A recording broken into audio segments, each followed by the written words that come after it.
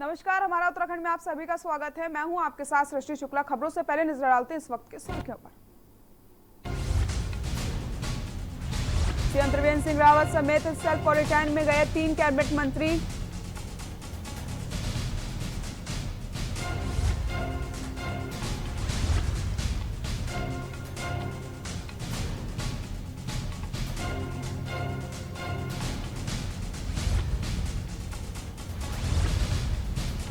राज्य में कुल संक्रमितों की संख्या पहुंची 258।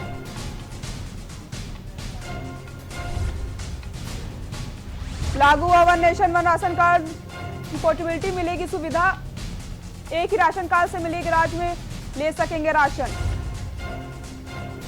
देहरादून में दौड़ेंगे ऑटो और विक्रम। जरूरी सेवाओं के अलावा सभी कार्यालय शाम 4 बजे तक खुले रहेंगे। उत्तराखंड में मौसम का मिजाज बदला। प्रदेश में अगले 1 हफ्ते में गर्मी से मिलेगी राहत। पहाड़ों में मैदान बारिश और ओलावृष्टि का अलर्ट। आप देख रहे हैं के न्यूज, खबरों का सारथी। रुद्रपुर में सोशल डिस्टेंसिंग के नियमों की अनदेखी कर राशन बांटने के मामले में बीजेपी विधायक राजकुमार के खिलाफ लॉकडाउन आपदा अधिनियम उल्लंघन सहित विभिन्न धाराओं में मुकदमा दर्ज कर लिया गया है। आदर्श कॉलोनी चौकी इंचार्ज की तहरीर पर रुद्रपुर कोतवाली में मुकदमा दर्ज किया गया। आदर्श कॉलोनी चौकी इंचार्ज जयप्रकाश की तहरीर पर मुकदमा दर्ज लिया गया है। दरअसल रविवार को विधायक द्वारा राशन के अपने आवास पर स्थानीय लोगों को बुलाया गया था, लेकिन भीड़ इतनी बढ़ गई थी कि सोशल डिस्टेंसिंग की भी धज्जियां उड़ने लगी, जिसके बाद आसपास के लोगों द्वारा मामले की सूचना पुलिस को दी गई।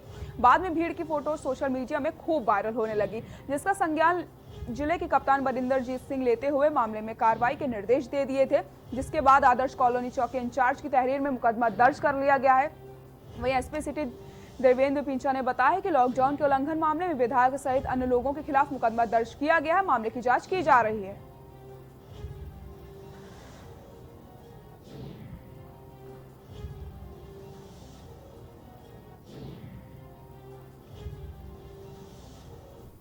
ये रुद्रपुर थाना क्षेत्र का मामला है, जिसमें माननीय विधायक जी राजकुमार ठुकराल जी के द्वारा कल का उनका केस है, जिसमें काफ़ी लोग उनके घर के बाहर इकट्ठा हो गए थे।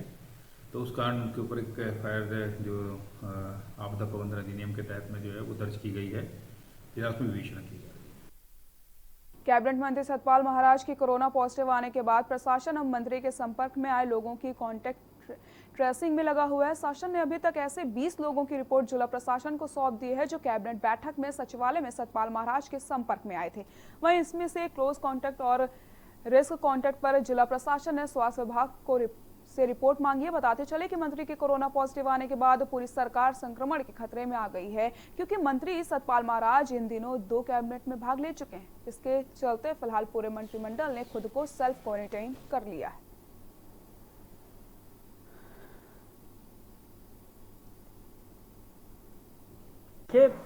जो एक इशू है, क्योंकि माननीय कैबिनेट की बैठक में माननीय मंत्री जी ने प्रतिभाग किया और उसके बाद वो कोरोना पॉजिटिव रिपोर्ट आई है उनकी, उसके क्रम में भारत सरकार की एक बहुत क्लियर कट गाइडलाइन है वर्क प्लेस को लेकर के, कि किस तरीके से अगर वर्क प्लेस पर कोई व्यक्ति अगर पॉजिटिव पाया जाता है तो किस तरीके की आगे की कार्रवाई सुनिश्चित की जाएगी।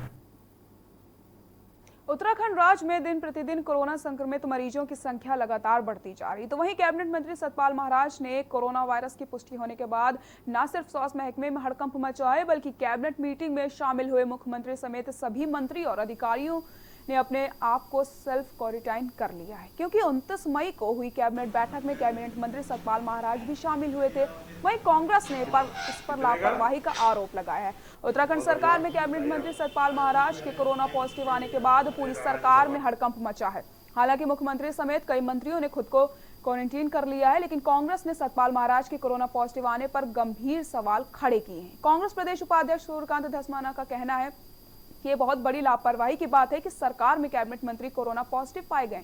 धस्माना ने इस लापरवाही पर महाराज के खिलाफ मुकदमे की मांग करी है। शासकीय प्रवक्ता मदन कौशिक ने बताया कि कैबिनेट मंत्री सतपाल महाराज के कोरोना पॉजिटिव होने की सूचना मिलने के बाद मुख्यमंत्री समेत मंत्रियों ने निर्णय लिया है कि वो खुद को सेल्फ क्वारंटीन करेंगे। कितने का? बहुत बढ़िया, बताइए आप।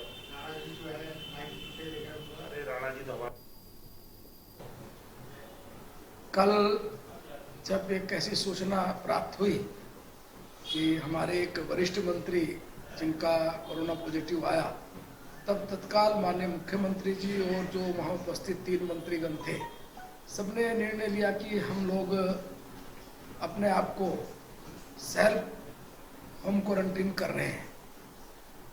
और साथ साथ यह भी निर्णय लिया कि जिस प्रकार की भारत सरकार की गाइडलाइन होगी, जिस प्रकार का उत्तराखंड सरकार के शासन की गाइडलाइन होगी, उनके अनुसार हम उसके बाद उसका जो भी निर्णय होगा उसको फॉलो करेंगे। अब किस किस के ऊपर कार्रवाई करवाना है, ये तो सरकार को तय करना है। जब मुख्यमंत्री ही लापरवाही कर रहे हैं, अरे भाई मुख्यमंत्री जी जब लापरवाही कर रहे हैं, उनका पूरा मंत्रिमंडल संक्रमित हो गया, एक मिनिस्टर जिनके कारण ये संक्रमण हुआ। अब लापरवाही का इस प्रदेश के अंदर और देश के अंदर गरीब के लिए कानून अलग है और ताकतवर के लिए कानून अलग है, आम आदमी के लिए कानून अलग है और मंत्री के लिए कानून अलग है। भाई कानून अगर एक ही है तो आप कार्रवाई जैसे आपने तमाम हजारों लोगों के खिलाफ करी, वैसी कार्रवाई इस लापरवाही में भी जांच करिए और कार्रवाई करिए। देश में तेजी से बढ़ रही बेरोजगारी की समस्या को दूर करने के लिए अब कुमाऊं विश्वविद्यालय एक नई पहल शुरू करने जा रहा है।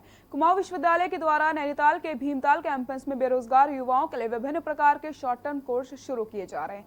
इनमें से इन छात्रों को मैकेनिकल, इलेक्ट्रॉनिकल, कारपेंटर, प्लम्बिंग समेत धर्माचार्य का कोर्स करवाया जाएगा ताकि छात्र घर बैठे रोजगार कर सकेंगे। कुलपति प्रोफेसर NK जोशी का कहना है कि पहले से बेरोजगारी की मार झेल रहे देश में कोरोना संक्रमण की मार पड़ी है, ऐसे में युवाओं को और अधिक बेरोजगारी की मार झेलनी पड़ेगी। इसी को देखते हुए उनके द्वारा ये फैसला लिया गया है। वहीं कुलपति प्रोफेसर NK जोशी का कहना है कि लोग आज आधुनिकता की तरफ बढ़ रहे हैं, ऐसे में लोग अपने धर्म संस्कृति को भूल चुके हैं। इसलिए कुमाऊं विश्वविद्यालय के द्वारा सभी धर्म के छात्रों को अपने अपने धर्म और संस्कृति, परंपरा और वेदों का ज्ञान भी दिया जाएगा ताकि छात्रों को अपने धर्म और संस्कृति का ज्ञान हो सके और सभी छात्र अपने धर्म के आधार पर शादी, नामांकन व अन्य कर्मकांड कर रोजगार प्राप्त कर सकते हैं। तो इनको हम ट्रेनिंग प्रदान करेंगे। उससे क्या होगा कि हमारी यूनिवर्सिटी के बारे में जानेंगे।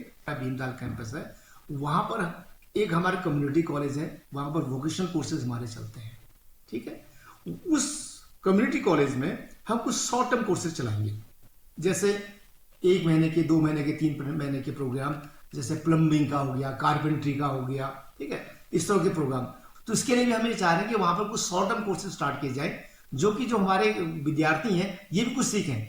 भाई ये परंपरा तो आगे बढ़ानी है ना, तो ये जरूरत तो है, तो ये भी तो हर तरह के शॉर्ट टर्म कोर्सेज करें, 2-3 महीने के कोर्सेज बच्चा सीखे उसको और उसको रोजगार प्रद बनाए।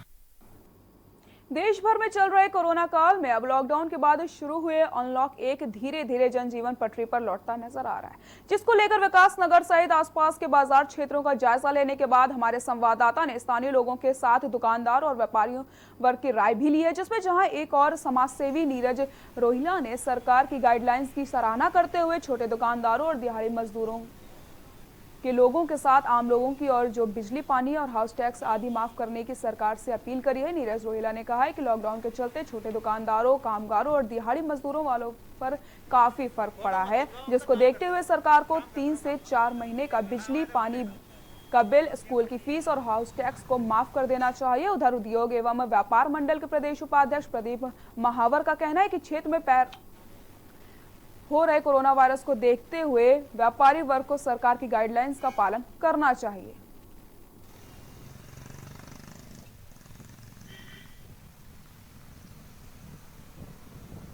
व्यापार मंडल का सुझाव तो ये है कि मार्केट सुबह 7 बजे से और 4 बजे तक ही खुलना चाहिए, क्योंकि यदि 7 बजे से 7 बजे तक खुलता है तो उसमें अनावश्यक भीड़ होगी और जो पहाड़ में जाने वाले कस्टमर हैं वो टाइम से नहीं जा पाएंगे।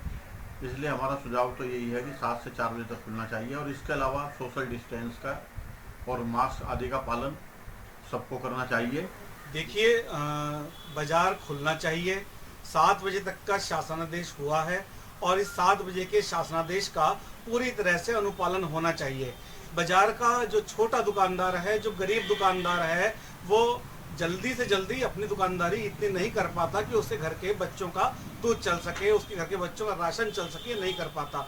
इतने जो ये विश्व में जो ये भयंकर बीमारी लगी हुई है कोरोना, इससे आम आदमी बहुत ज़्यादा परेशान है।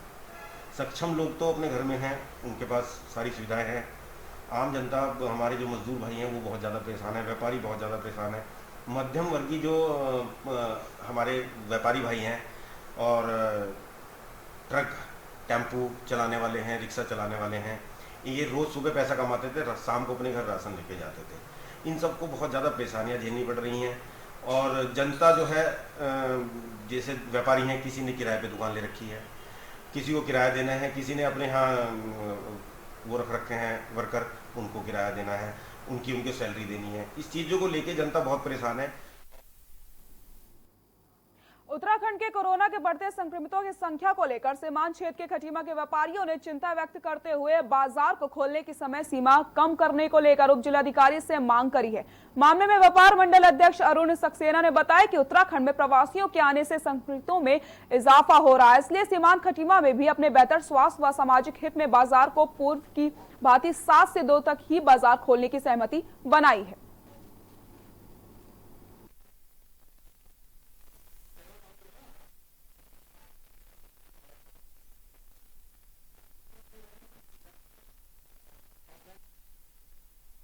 के समस्त व्यापारियों को जिस प्रकार से उत्तराखंड में कोरोना संक्रमण के मामले बढ़े हैं और उसके बावजूद सरकार लगातार छूट पर छूट देती जा रही है, 7 बजे से 7 बजे तक मार्केट खोलने का जो अभी आदेश दिया गया है, हमारे व्यापारियों का भी ये कहना है कि सोशल डिस्टेंसिंग के साथ साथ इस संक्रमण को देखते हुए बाजार के कार्य समय में जो है कुछ बदलाव किए जाएं।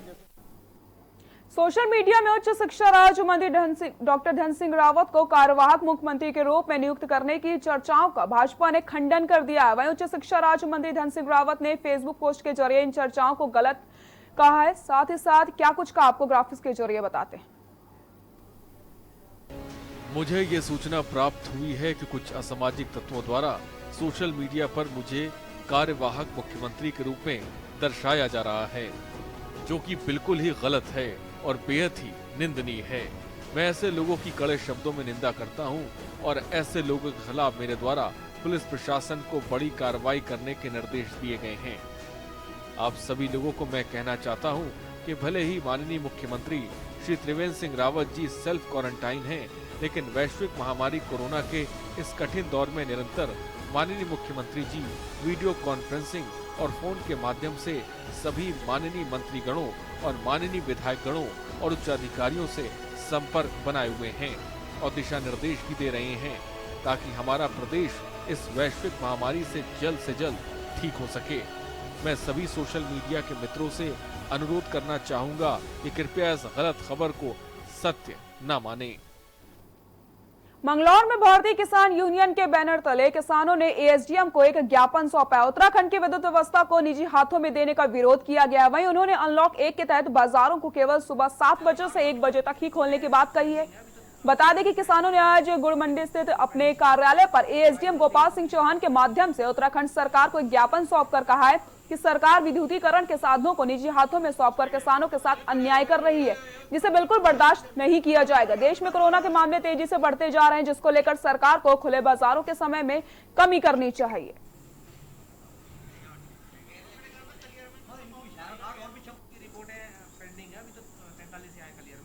मालूम हुआ था कि केंद्र सरकार बिजली को निजीकरण करने के लिए जा रही, और पता लगा कि जो केंद्र शासित राज्य थे उनमें निजीकरण कर भी दिया गया। तो हमारा मानना यह है कि एक तो ऐसी कोरोना जैसी भयंकर महामारी से हमारा देश बहुत ही भयंकर परिस्थिति से गुजर रहा है। ऐसी स्थिति में हम पहले देश की जनता के लिए खाद्यान्न की तैयारी करें कि खाद्यान्न कहाँ से होगा, हमारे जो मजदूर प्रवासी हैं उन्हें भोजन कहाँ से मिलेगा, और हमारी सरकार बिजली के निजीकरण कर निजी उद्योगपतियों को लाभ पहुँचाने में लगी हुई है। अपन तो जो बिजली के निजीकरण की बात जो की जा रही है, किसान यूनियन का कहना है कि जो सरकार है वो बिजली का निजीकरण कर रही है, उसका हम विरोध करते हैं।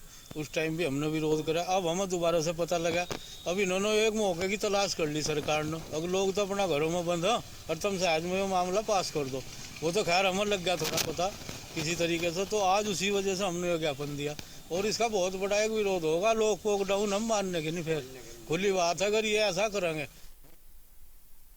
खबर राजधानी देहरादून से है, जहां मंगलवार से काठगोदाम देहरादून रेलवे स्टेशन के बीच नैनी दून जनशताब्दी स्पेशल ट्रेन का संचालन शुरू हो गया। डीएम सविन बंसल ने मंगलवार से काठगोदाम देहरादून रेलवे स्टेशन के बीच नैनी दून जनशताब्दी स्पेशल ट्रेन का संचालन शुरू हो जाएगा। मंगलवार की सुबह से काठगोदाम स्टेशन से देहरादून के लिए ट्रेन रवाना होगी और यही ट्रेन देहरादून से वापसी कर देर रात काठगोदाम पहुंचेगी। ट्रेन से आने वाले कुमाऊं मंडल के यात्रियों को उनके जिले तक पहुंचाने की व्यवस्थाओं के संबंध में डीएम बंसल द्वारा प्रशासनिक अधिकारियों के साथ बैठक कर जरूरी दिशा निर्देश दिए गए हैं। उन्होंने कहा है कि बिना बीमारी के लक्षण वाले यात्री यात्रा कर सकेंगे। यात्रियों के परिजन स्टेशन परिसर में प्रवेश नहीं कर सकते। उन्होंने कहा है कि देहरादून से काठगोदाम आने वाले यात्रियों की स्वास्थ्य परीक्षण, थर्मल स्कैनिंग तथा उनको भेजने की व्यवस्था लाल कुआं, हल्द्वानी और काठगोदाम स्टेशनों से की जाएगी।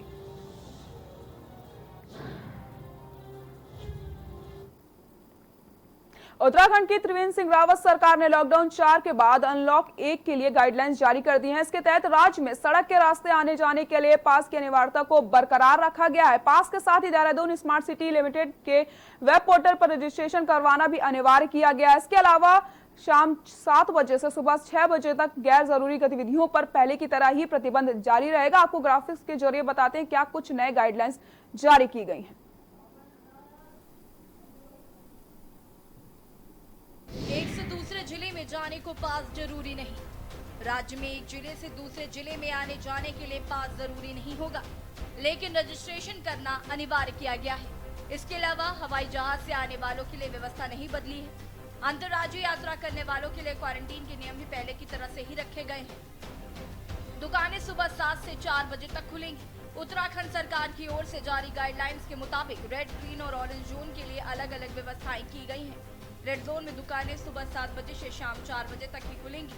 जरूरी सेवाओं के अलावा सभी कार्यालय शाम 4 बजे तक ही खुले रहेंगे। श्रेणी 1 और 2 के सभी कर्मचारी और श्रेणी 3 और 4 के 33% कर्मचारी मौजूद रहेंगे। तीर्थाटन पर कोई फैसला नहीं। केंद्र सरकार ने नई गाइडलाइंस में 8 जून से धार्मिक स्थानों, होटल, रेस्टोरेंट और अन्य सेवा क्षेत्र और शॉपिंग मॉल्स को खोलने की अनुमति दी है।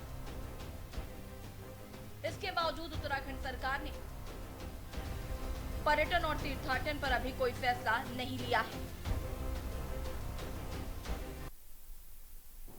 वक्त हो चला एक छोटे से ब्रेक का, जल्द हाजिर होते हैं।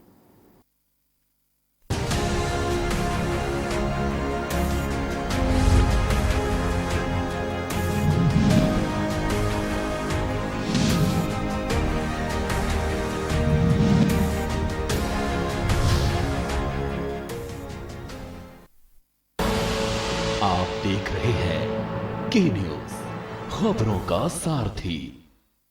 जिसने पूरी दुनिया को तड़पाया, उसके पर्दाफाश का हमने बीड़ा उठाया। कोरोना पर चीन का कच्चा चिट्ठा हम खोलेंगे, खुलकर बोलेंगे। जानलेवा वायरस वाला किलर अब बच के जाएगा किधर? कोरोना पर चीन एक्सपोज, टीवी9 भारतवर्ष पर हर रोज। टीवी9 भारतवर्ष, अब तो सब देख रहे हैं।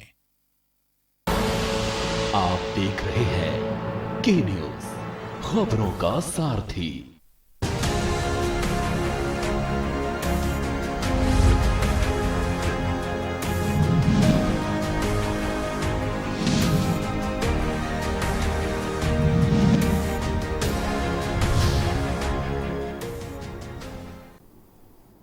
ब्रेक के बाद एक बार फिर से आप सभी का स्वागत है। रुद्रप्रयाग जिले में कोरोना पॉजिटिव के मामले बढ़ते जा रहे हैं। जब से प्रवासियों का जिले में आना जाना शुरू हुआ है, तब से पॉजिटिव केस भी आने शुरू हो गए हैं, जिस कारण जिले के लोगों में भी दहशत बन गई है। चिकित्सा अधिकारी एसके झा ने बताया कि देहरादून में लिए गए कोरोना सैंपलिंग में पॉजिटिव पाए जाने के बाद बस से रुद्रप्रयाग आ रहे 2 पॉजिटिव कोरोना मरीजों को आइसोलेशन में भर्ती करवाया गया है। इसके अलावा रुद्रप्रयाग नगर क्षेत्र में क्वारंटीन किए गए एक बुजुर्ग व्यक्ति की रिपोर्ट भी पॉजिटिव आ गई है। ये बुजुर्ग व्यक्ति दिल्ली से रुद्रप्रयाग आया था। उन्होंने बताया है कि जनपद में आइसोलेशन वार्ड में 23 व्यक्ति हैं। जनपद में सोमवार को 26 सैंपल जांच के लिए श्रीनगर गढ़वाल भेजे गए थे। अब तक 561 सैंपल जांच के लिए भेजे जा चुके हैं, जिसमें से 371 की रिपोर्ट निगेटिव आ गई है। 184 सैंपल की रिपोर्ट आनी बाकी है। वही विधायक रुद्रप्रयाग भरत सिंह चौधरी ने कहा है कि कोरोना से निपटने के लिए स्वास्थ्य महकमे में पूरी मुस्तैदी से जुटा हुआ है।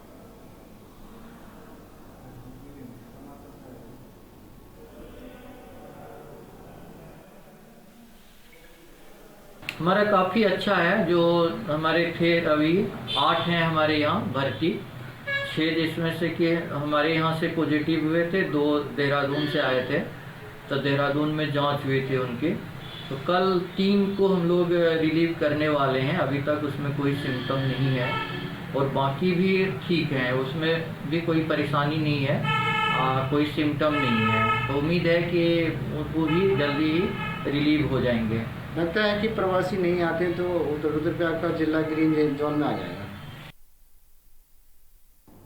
भले इस कोरोना काल में जीवित इंसानों के कोरोना टेस्ट हो या ना हो, लेकिन मुर्दों के कोरोना टेस्ट जरूर किए जा रहे हैं। मामला ऐसा ही है, कोरोना काल में आकस्मिक मृत्यु होने पर शवों को अंतिम संस्कार के लिए तरसना पड़ रहा है। गदरपुर के मामले ने स्वास्थ्य महकमे की पोल खोल के रख दी है, जहां शव का पोस्टमार्टम 3 दिन बाद हुआ, क्योंकि शव का कोरोना सैंपल लेकर टेस्ट के लिए भेजा गया था। रिपोर्ट आने पर ही शव का पोस्टमार्टम किया गया। अभी तक जनपद में 16 मुर्दों के कोरोना टेस्ट किए जा चुके हैं। देखिए हमारी खास रिपोर्ट।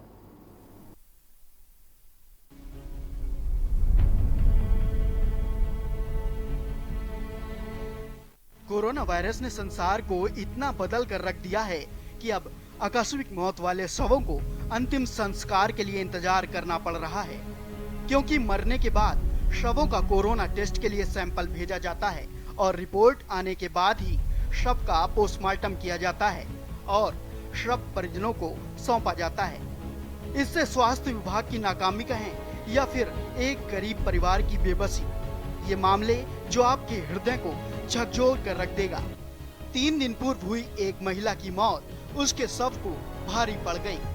उसे अंतिम संस्कार के लिए तरसना पड़ गया, क्योंकि युवती की बॉडी का कोरोना टेस्ट के लिए ब्लड सैंपल भेजा गया था।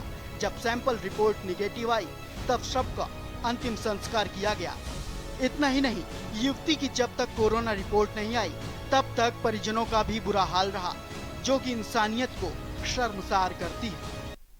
आज को सीकर उम्र 18 डॉक्टर अभूप सिंह निवासी महतोस की अज्ञात कारणों के चलते मृत्यु हो गई थी, जिसको broad dead CSC hospital Gadarpur लाया गया था। क्योंकि वर्तमान में कोविड-19 कोरोना वायरस का संक्रमण चल रहा है, इसको मद्देनजर रखते हुए दौरान पंचायतनामा कोविड-19 के टेस्ट के लिए भी लिखा गया था और सबके पोस्टमार्टम के लिए सबको PM हाउस भिजवाया गया था।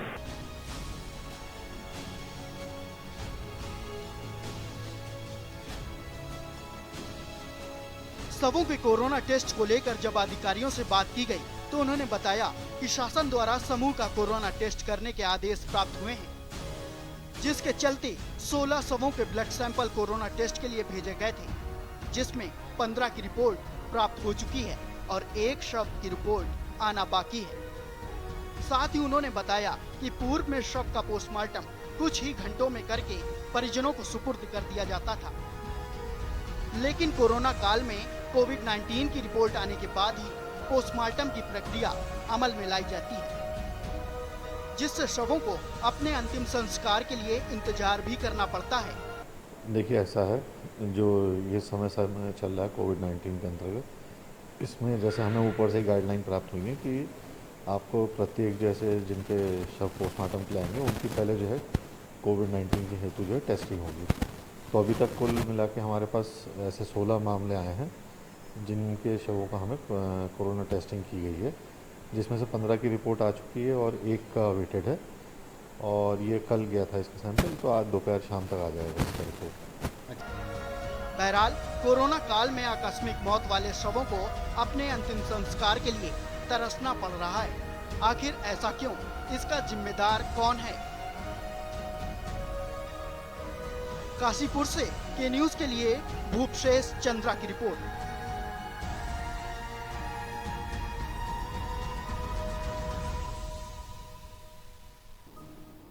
देश में लॉकडाउन के चलते 2 महीने से निर्माण कार्यों में लगी रोक धीरे धीरे छूट मिलने लगी है। निर्माण कार्यों को शुरू किया जा रहा है। इन निर्माण कार्य बंद होने से ठेकेदार भी काफी परेशान थे, मगर अब निर्माण कार्यों का शिलान्यास होने से उनमें भी खुशी बनी हुई है।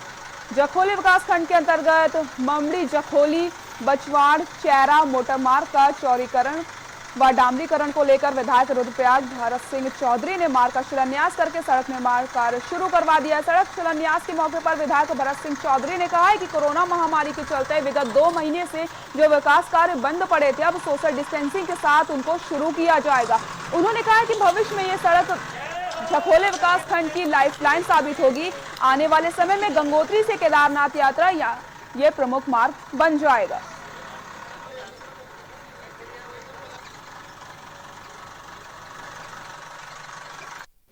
बहुत पुरानी सड़क ममनी जखोली पचवाड़ होते हुए चौरा ये सड़क थी, जो कि जखोली विकास खंड के जो लस्या पट्टी है, लस्या पट्टी और बांगर, पश्चिमी बांगर को सीधे जोड़ती है और बीच में जो मुख्यालय है, ब्लॉक मुख्यालय जखोली, उसको भी कनेक्ट करती है।